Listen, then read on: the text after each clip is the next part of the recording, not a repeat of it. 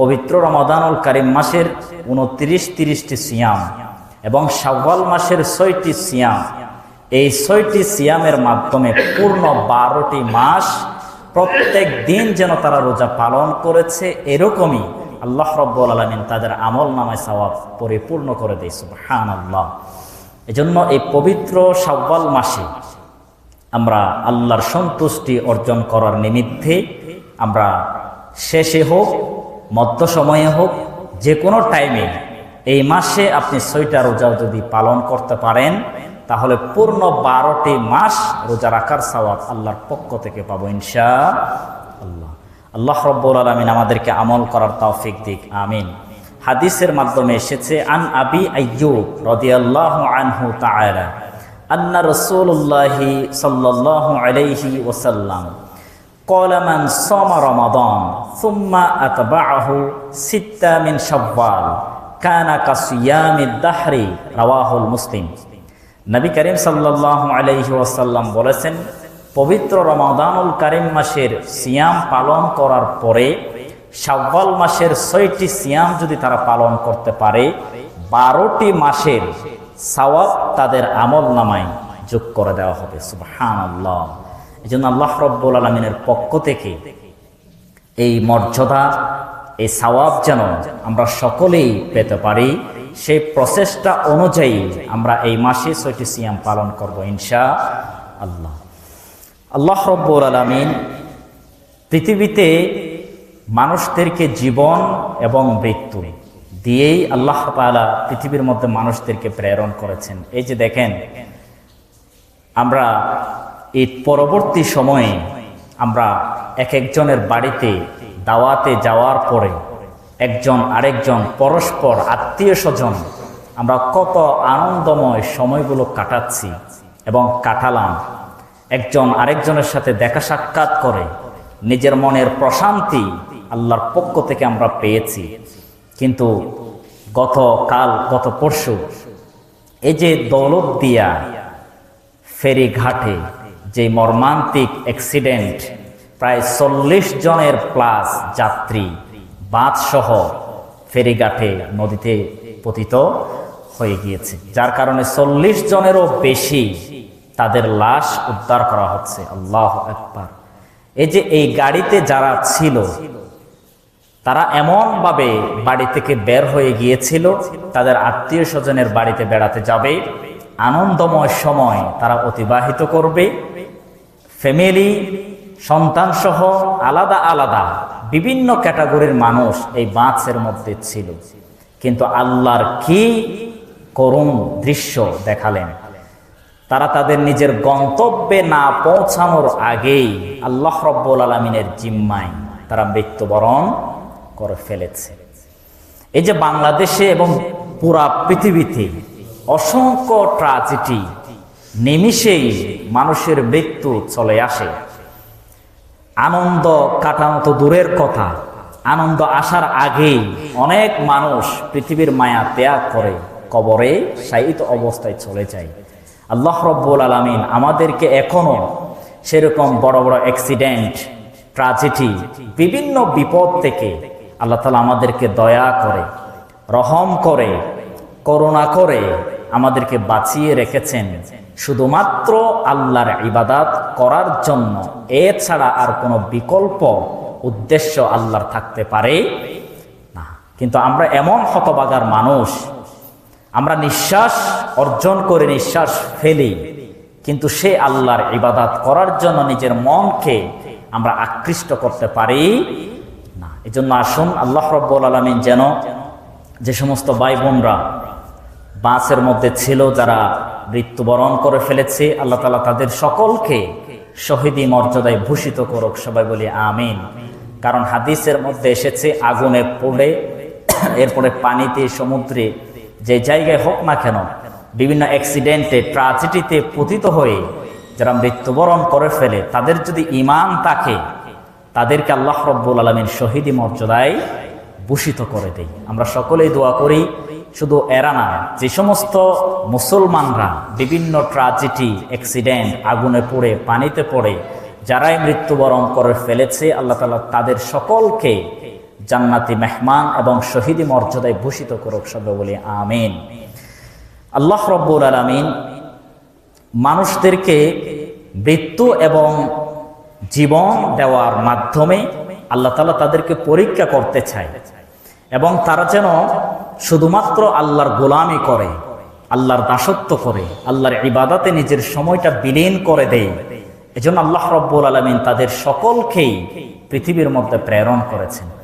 এখন আল্লাহর উদ্দেশ্য ব্যতি রেখে, আল্লাহর উদ্দেশ্য বাদ দিয়ে নিজের মন মতো যদি জীবনটা চালায় এবং অন্যের মানুষের ধার প্রান্তে গিয়ে তাদের নিয়ম অনুসারে আমাদের জীবনটা যদি পরিচালিত করি, আল্লাহ যেই উদ্দেশ্যে পৃথিবীতে আমাদেরকে পাঠিয়েছেন সেই উদ্দেশ্য কখনো কামিয়াব কিংবা আল্লাহর উদ্দেশ্য কখনো পূর্ণ করা যাবে না।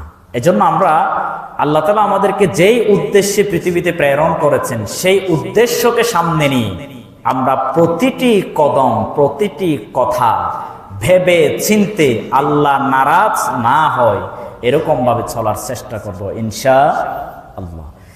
আল্লাহ রাব্বুল আলামিন পৃথিবীর মধ্যে যে সমস্ত মানুষদেরকে সৃষ্টি করেছেন তাদের সকলকে আল্লাহ তাআলা শ্রবণ শক্তি দান করেছেন, তারা যেন কোরআনের বাণীগুলো শ্রবণ করতে পারে। আল্লাহ তাআলা কোরআনের মধ্যে যে আয়াতগুলো প্রেরণ করেছেন সে আয়াতগুলো যেন তারা অনুধাবন করতে পারে।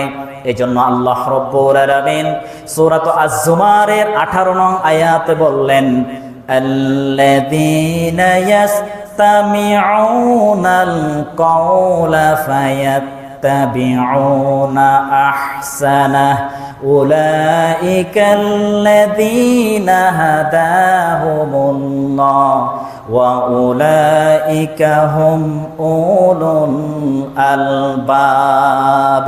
আল্লাহ রাব্বুল আলামিন কোরআনুল কারীমের মাধ্যমে স্পষ্ট জানিয়ে দিলেন, যে সমস্ত মানুষ একমাত্র আমার প্রতি অনুধাবন করতে চাই, আমার প্রতি আগ্রহ এবং আকৃষ্ট পোষণ করতে চাই, তারা সব সময় আমার কোরআন থেকে বক্তব্য শোনার জন্য আগ্রহ হয়ে থাকবে।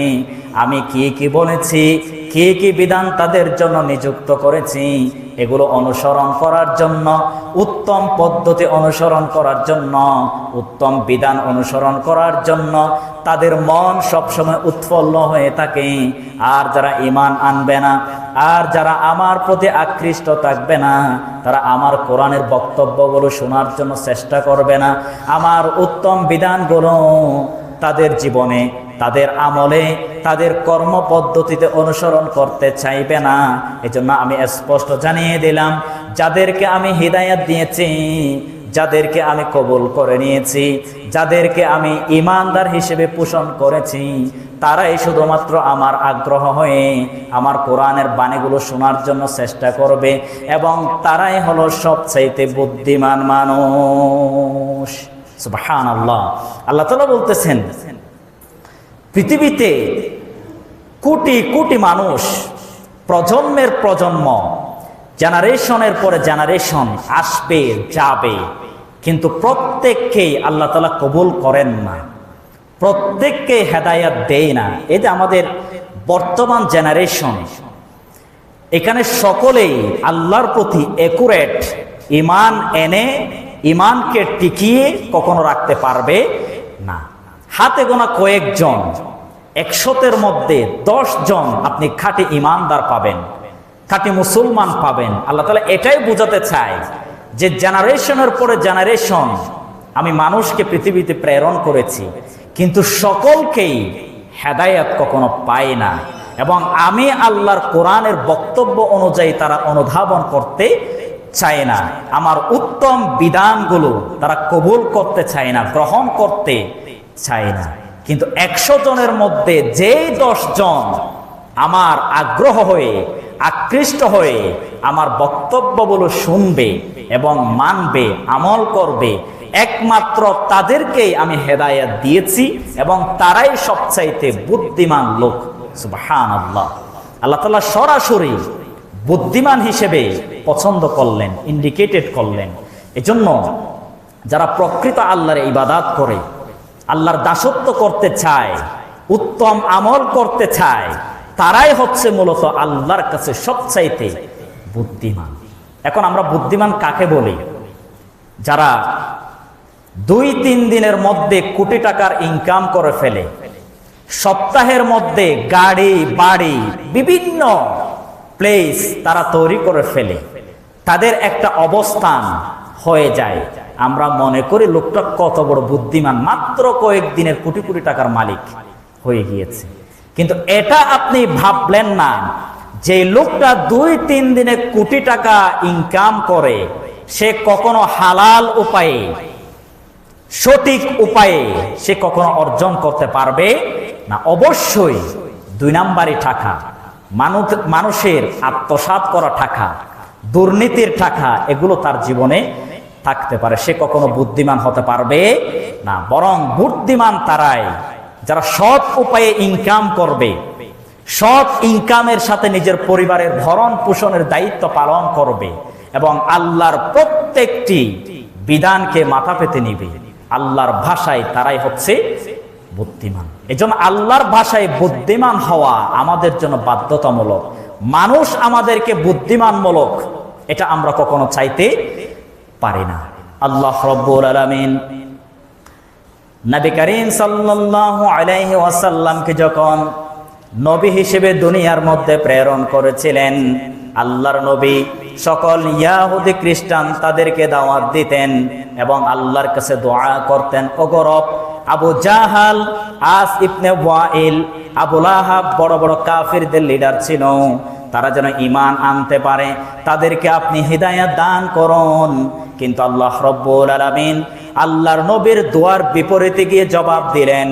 সূরা আজ-জুমারের 19 নং আয়াতে বললেন, আফামান হাক্কা আলাইহি কালিমাতুল আযাব আফা আনতা তুমকিযু মান ফিন্নার। আল্লাহ রাব্বুল আলামিন কুরআনুল কারীমের মাধ্যমে স্পষ্ট জানিয়ে দিলেন, আল্লাহর নবী যখন আবু জাহাল, উতবা, শাইবা, আস ইবনে ওয়াইল তাদের জন্য দোয়া করতেন, ওগরব এই সমস্ত বড় বড় নেতাদেরকে ঈমান আনয়ন করার জন্য হিদায়াত দান করুন। আল্লাহ তাআলা বলছেন তারা কখনো আমার প্রতি এবং তোমার প্রতি ঈমান আনতে পারবে না, আমার হুকুমের প্রতি তারা কখনো দাসত্বশীল হয়ে নিজেকে উপস্থাপন করতে পারবে না। সুতরাং আপনাকে আমি জানিয়ে দিলাম, যাদের জন্য জাহান্নামের আগুন আমি অবধারিত করে দিয়েছি, তাদেরকে কখনো আমি হিদায়াত দিতে পারি না। তারা কখনো হিদায়াতের ছায়া তলে আসার জন্য কখনো চেষ্টা করবে না। যারা হিদায়াত পেতে চায় না তাদেরকে জোর করে আমি কখনো হিদায়াত দিতে পারি না। সুতরাং যাদের জন্য জাহান্নামের আগুন অবধারিত করে দিলাম, জাহান্নামের শাস্তি যাদের জন্য নির্ধারণ করে দিলাম, তারা কখনো আমার প্রতি এবং তোমার প্রতি ঈমান আনবে না। আস্তাগফিরুল্লাহ। দেখেন, আল্লাহর নবী সব সময় চাইতেন যে সমস্ত নেতা ছিল, কুফরিদের লিডার ছিল, এরা যদি ঈমান এনে ফেলে, ইসলাম প্রসার করতে অত্যন্ত সহজ হয়ে যাবে। কারণ আবু জাহাল যদি ঈমান আনে, আবু জাহালের নেতৃত্ব যে সেনাবহর ছিল, যে লোকগুলো সমাজের মধ্যে ছিল, তারাও ঈমান আনতে বাধ্য হতো। কারণ লিডার যেহেতু ঈমান এনে ফেলেছে, বস যেহেতু ঈমান এনে ফেলেছে, আমাদের আর ঈমান না এনে আর কোনো সুযোগ থাকবে না। এজন্য আল্লাহর নবী বিভিন্ন প্রদেশে, বিভিন্ন রাষ্ট্রে যে সমস্ত শাসক ছিল, এদেরকে চিঠি পাঠাতেন, এদেরকে ঈমান আনয়ন করার জন্য দাওয়াত দিতেন। কারণ এক একটি রাষ্ট্রের নেতা যখন, রাষ্ট্রনায়ক যখন, প্রধানমন্ত্রী যখন, প্রাইম মিনিস্টার যখন ঈমান আনবে, ওই এলাকায় ইসলাম প্রচার করা সহজ নাকি কঠিন? কথা বলেন, সহজ নাকি কঠিন? অত্যন্ত সহজ হয়ে যাবে। এজন্য আল্লাহর নবী এই কৌশল অবলম্বন করে আল্লাহর কাছে দোয়া করতেন, ওগো আল্লাহ, যে সমস্ত বড় বড় নেতা আস ইবনে ওয়াইল, আবু জাহাল, লাহাব, উতবা ইবনে শাইবা, তারা সকলেই আমার প্রতি এবং তোমার প্রতি, আল্লাহর প্রতি ঈমান আনো, যাতে ইসলাম প্রচার করতে আমি সহজ বোধ করি। আল্লাহ তাআলা জবাবে বললেন, ওগো নবী, এরা কখনো ঈমান আনা তো দূরের কথা, ঈমানের ছায়া তলে আসার জন্য তারা কখনো চেষ্টা করবে না। কারণ তারা জানে ঈমান আনলে তাদের যে লাভ, তাদের যে ক্ষমতা, তাদের যে সুযোগ, সমস্ত কিছু বিলীন হয়ে যাবে। এই জন্য তারা এই পাগল কখনো হতে পারবে না। তারা সব বুঝে ঈমান আনলে তাদের ক্ষমতা থাকবে না, ঈমান আনলে দুর্নীতি করার সুযোগ পাবে না, ঈমান আনলে মানুষের উপর অত্যাচার নির্যাতন করা যাবে না, ঈমান আনলে তাদের মন মতো জীবন চালাতে পারবে না। এটা তারা জানে, এজন্য তারা কখনো ঈমান আনবে না। আজও পুরা বিশ্বে যারা রাজত্ব কায়েম করতে চায় না, যারা রাজত্ব কায়েম করতে পারবে না, দুর্নীতির শাসন কায়েম করতে পারবে না, তারা কখনো ইসলামের অনুসরণ অনুকরণ করার জন্য চেষ্টা করবে না। আল্লাহ তাআলা এটাই বোঝাতে চায়, যাদের জন্য জাহান্নামের শাস্তি আমি লিখে রেখেছি, তারা ঈমান আনুক বা না আনুক, ঈমান এনেও সকলে জান্নাতে যাবে এমন কোনো কথা নাই। বরং ঈমান এনে কুফরি করলে, মুনাফিকি করলে তাদেরকে আল্লাহ তাআলা কুফরের চাইতে আরো বরং শাস্তি দ্বিগুণে আল্লাহ তাআলা পরিপূর্ণ করে দেয়। এজন্য আল্লাহ রাব্বুল আলামিন স্পষ্ট কথা জানিয়ে দিয়েছেন, যারা দুনিয়ায় আল্লাহ বিমুখী আচরণ করে তারা কখনো আমার প্রতি তারা ঈমান আনতে পারবে না। এবার আসেন, যারা বরং আল্লাহর প্রতি ঈমান আনবে এবং ইসলামের ছায়াতলে চলবে, তাদের জন্য আল্লাহ রাব্বুল আলামিন জান্নাতে প্রতিটি সেক্টরে সেক্টরে, স্তরে স্তরে গোরফাতান, এক একটি রুম, কক্ষ বিশিষ্ট, তলা বিশিষ্ট তাদেরকে বিল্ডিং, প্রাসাদ তাদের জন্য নির্ধারণ করে দিয়েছেন। সুবহানাল্লাহ। আল্লাহ রাব্বুল আলামিন সূরা আজ-জুমারের ২০ নং আয়াতে বললেন, লাকিনিল্লাযীনা তাকাউ রাব্বাহুম লাহুম গুরাফুম মিন ফাওকিহা গুরাফুম মাবনিয়াতুন তাজরি মিন তাহতিহাল আনহার ওয়া'দাল্লাহি লা ইউখলিফুল্লাহুল মিআদ। আল্লাহ রাব্বুল আলামিন কুরআনুল কারীমের মাধ্যমে স্পষ্ট জানিয়ে দিলেন, যারা নিজেদের রবকে ভয় করবে, আমার প্রতি ঈমান আনবে, আমি যা যা হুকুম দিয়েছি, যা যা উত্তম বিধান তাদের জন্য নিযুক্ত করেছি, তা অনুযায়ী তাদের জীবনটা অনুসরণ এবং অনুকরণ করবে, তাদের জন্য জান্নাতের মধ্যে আমি আল্লাহ রাব্বুল আলামিন তলা বিশিষ্ট, কক্ষ বিশিষ্ট প্রাসাদ আমি নির্মাণ করে দিয়েছি। তারা যদি জান্নাতে প্রবেশ করে, এই সমস্ত নিয়ামত তাদের জন্য ভোগ করার জন্য লিখে দিলাম। সুবহানাল্লাহ। আল্লাহ তাআলা বলতেছেন, গুরাফুম মিন ফাওকিহা গুরাফ। আল্লাহ তাআলা জান্নাতে এমন প্রাসাদ তাদের জন্য নির্মাণ করবেন, যে প্রাসাদের তলা বিশিষ্ট হবে, একতলা, দুইতলা, তিনতলা, চারতলা, এভাবে তাদের জন্য অগণিত তলা বিশিষ্ট এবং অগণিত কক্ষ বিশিষ্ট তাদের জন্য প্রাসাদ আমি লিখে দিলাম। সুবহানাল্লাহ। সুতরাং যারা আল্লাহর প্রতি ইবাদত করবে, আল্লাহর হুকুম অনুযায়ী আমল করবে, তাদের জন্য কক্ষ বিশিষ্ট, তলা বিশিষ্ট বিল্ডিং, প্রাসাদ নির্মাণ করেছেন তিনি কে? আল্লাহ। আগের আয়াত এবং এই আয়াতের বাস্তবমুখী অবস্থাটা দেখে নেবা। আল্লাহ তাআলা বুঝাতে চাই, যারা দুনিয়ায় আল্লাহর প্রতি ইবাদত করবে না, দুর্নীতির শাসন চলমান রাখবে, মানুষের প্রতি অত্যাচার নির্যাতন করে আত্মসাৎ করবে, তাদের টাকা নিজেরা ভোগ করবে, এই সমস্ত মানুষের বাস্তবতা দেখেন। তাদের গাড়ির কোনো অভাব নাই, বিল্ডিং এর কোনো অভাব নাই। এখানে একটা বাড়ি, কক্সবাজার একটা, ঢাকা একটা, বাহিরের দেশেও কয়েকটা। তাদের বিল্ডিং এর কোনো কি নাই? অভাব নাই। তাদের গাড়ির কোনো অভাব নাই। তাদের ড্রেস আপ, তাদের গেট আপ এর কোনো অভাব নাই। কিন্তু বিপরীতে যারা ঈমান এনেছে, দুর্নীতির টাকা খায় না, হারাম টাকা খায় না, এদের গাড়িও নাই, বাড়িও নাই, এদের চলার মতো এত গেট আপও নাই, এত আধুনিকতাও তাদের জীবনে স্পর্শকাতর হিসেবে নাই। বরং তারাই আল্লাহর ইবাদত করার কারণে জান্নাতে তাদেরকে দুনিয়ার প্রাসাদ, কক্ষ বিশিষ্ট গাড়ি, বাড়ি, বিল্ডিং এর তাৎপর্য শুধু নয়, এর চাইতে আধুনিক, অত্যাধুনিক প্রাসাদ আল্লাহ তাআলা জান্নাতে তাদেরকে অফার দিয়েই রেখেছেন। সুবহানাল্লাহ। এরপরে দুনিয়ায় যারা দুর্নীতি করে ঘর বাড়ি বিল্ডিং গাড়ির মালিক হয়েছে, তারা জান্নাতে এগুলোর ছায়া পর্যন্ত দেখতে পারবে না। জাহান্নামে তাদের শোয়ার পর্যন্ত অবস্থা থাকবে না। তারা যেখানে শোয়ানো অবস্থায় থাকবে, নিচে থাকবে আগুন, নিচে থাকবে পোঁচ জাতীয়, গন্ধ জাতীয়, পেরেকযুক্ত, কাঁটাযুক্ত এ সমস্ত তাদের বিছানা জাহান্নামে তাদেরকে আল্লাহ তাআলা দিবেন। এখন আপনার ব্রেনের মধ্যে প্রশ্ন করবেন, আপনি দুর্নীতি করে টাকা করে দুনিয়ায় শান্তি চান, নাকি হালাল উপায়ে থেকে জান্নাতি প্রাসাদ আপনি ভোগ করতে চান? এটা এখনই আপনার বিবেককে প্রশ্ন করবেন, আপনার ঘুমন্ত আত্মাকে জাগ্রত করবেন, আপনার কলুষিত আত্মাকে প্রসিদ্ধ করে আত্মশুদ্ধি করে আপনার মনকে, আপনার আত্মাকে, আপনার কল্পকে প্রশ্ন করবেন। তাহলে আপনি প্রশ্নের উত্তর পাবেন। কারণ আল্লাহ রাব্বুল আলামিন ব্রেইনের যে ক্যাপাসিটি, মস্তিষ্কের যে কোয়ালিটি এবং ক্যাপাসিটি আমাদেরকে দিয়েছেন, অন্য কোন যন্ত্রে, অন্য কোন আবিষ্কারে, অন্য কোন প্রাণীতে আল্লাহ তাআলা দান করেন নাই। মানুষের ব্রেইন, মানুষের গেট আপ, মানুষের মস্তিষ্ক এমন ভাবে সাফ করে দিয়েছেন যেন তারা প্রশ্নের উত্তর নিজেরাই খুঁজে পায়। এই যে আমরা বর্তমান আধুনিক যুগে চ্যাট জিপিটি বলেন, উইকিপিডিয়া বলেন, ক্রোম ব্রাউজার, ইউটিউব, যা যা অনলাইন যুক্ত মিডিয়া আছে, যেগুলোতে আমরা সার্চ করলে উত্তর পাই। আপনি যে বিষয়ে সার্চ করবেন ওই বিষয়ে আপনি উত্তর পাবেন।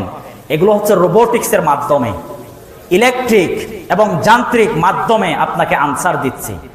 আপনি চ্যাট জিপিটিকে যদি প্রশ্নও করেন, আপনি কি মানুষের মতো আমাকে প্রশ্নের উত্তর দিতে পারবেন? সে আগেই আপনাকে বলে দিবে মানুষের ব্রেনের মতো আমি আপনাকে কখনো আনসার দিতে পারবো না। রোবোটিক্সের যে সফটওয়্যারের মাধ্যমে আমাকে যেগুলো ঢোকানো হয়েছে এগুলোই আপনাকে সাপ্লাই দিতে পারবে। আল্লাহু আকবার। এজন্য যত আধুনিক আসুক না কেন, যত আর্টিফিশিয়াল ইন্টেলিজেন্ট আসুক না কেন, মানুষের মতো ব্রেন স্পেস, মস্তিষ্ক পৃথিবীতে আর কোনো পাওয়া যাবে না। আল্লাহু আকবার। এজন্য মানুষের ব্রেন দিয়ে যেটাই চিন্তা করবেন এটার উত্তর আপনি ব্রেন থেকে পাবেন। এই যে আধুনিক যন্ত্র যেগুলো আছে, এগুলো কোন প্রাণী সৃষ্টি করেছেন নাকি মানুষের ব্রেন দিয়ে? কথা বলেন, কোন প্রাণী নাকি মানুষের ব্রেন? মানুষের ব্রেন। এজন্য আপনি হারাম উপায়ে ইনকাম যদি করেন, দুনিয়ায় হয়তো কিছু সাময়িক শান্তি পাবেন, কিন্তু পরকালে আপনি ভোগান্তি ছাড়া এবং জাহান্নামের শাস্তি ছাড়া আর কোনো পথ আপনার জন্য খোলা থাকবে না। এজন্য আসুন আল্লাহ রাব্বুল আলামিন যে সমস্ত আমাদেরকে বাণী দিয়েছেন সেই বাণী অনুযায়ী আমরা যদি আমল করতে পারি, সেই প্রচেষ্টা অনুযায়ী আমরা যদি আমল করতে পারি, আল্লাহ রাব্বুল আলামিন অবশ্যই দুনিয়ায় এবং পরকালে সর্বোপরি সব জায়গায় আমাদেরকে দয়া রহম দান করবেন ইনশাআল্লাহ। আল্লাহ রাব্বুল আলামিন পৃথিবীর মধ্যে যে মহাগ্রন্থ আল কোরআন আমাদের জন্য প্রেরণ করেছেন, এই কোরআন দিয়ে নিজের জীবনটা যদি চলমান রাখি, সামাজিক জীবন, রাষ্ট্রীয় জীবন, আন্তর্জাতিক, পুরা বিশ্বব্যাপী কোরআনের প্রত্যেকটি স্ট্রাকচার, আয়াত, হুকুম প্রতিটি জায়গায় যদি আমরা যোগ করতে পারি, অ্যাড করতে পারি, গিলাতে পারি, তাহলে কোন রাষ্ট্রে ইসলামের বিপরীতে, ইসলামমুখী না হয়ে ইসলাম বিমুখী হওয়া কোনো মানুষের পক্ষে সম্ভব হবে না। আমরা প্রতিটি জায়গায় কোরআনের আয়াতগুলো আমরা ঢুকানো না থাকার কারণে, ঢুকাতে পারি নাই বলেই দিন দিন মুসলমানদের উপর, ইসলামের উপর, ইসলামের হুকুমতের উপর দিন দিন বিপর্যয় আসতেই থাকে। এজন্য আমরা চাইব, আল্লাহ রাব্বুল আলামিন সূরা আজ-জুমারের 23 নং আয়াত আল্লাহ তাআলা বলতেছেন, আল্লাহু নাজ্জালা আহসানাল হাদিস কিতাবাম মুতাশাবিহাম মাথানি। আমি তোমাদেরকে যে মহাগ্রন্থ আল কোরআন প্রেরণ করেছি, এটা অনুযায়ী যদি তোমরা ভয় করতে পারো, আমল করতে পারো, তোমার রবকে স্বীকার যদি করতে পারো, কোন রাষ্ট্রে, কোন এলাকায় কোন প্রকার অবসান হোক, ইসলামের ক্ষতি হোক, মানুষের ক্ষতি হোক, এটা কখনো আমি আর সুযোগ দিব না। এজন্য দেখেন বাংলাদেশে কিংবা বহির্বিশ্বে যেরকম ট্র্যাজেডি ঘটে, এগুলো যদি দায়িত্ব সহকারে যদি পালন করা হতো, একটা জিনিস সরকার থেকে বাজেট আসে, ওই বাজেট অনুযায়ী সঠিকভাবে যদি কাজ করা হতো, কোন প্রকার ওই কাজে দুর্বলতার প্রকাশ পাওয়া যেত না। এগুলোর যদি জবাবদিহিতা থাকতো, আপনাকে এত টাকা দিয়েছি, ওই টাকা অনুযায়ী কাজ করেছেন কিনা এই জবাব যদি দেওয়া লাগতো, কোনো মানুষ দুর্নীতি করার সুযোগ পেত না।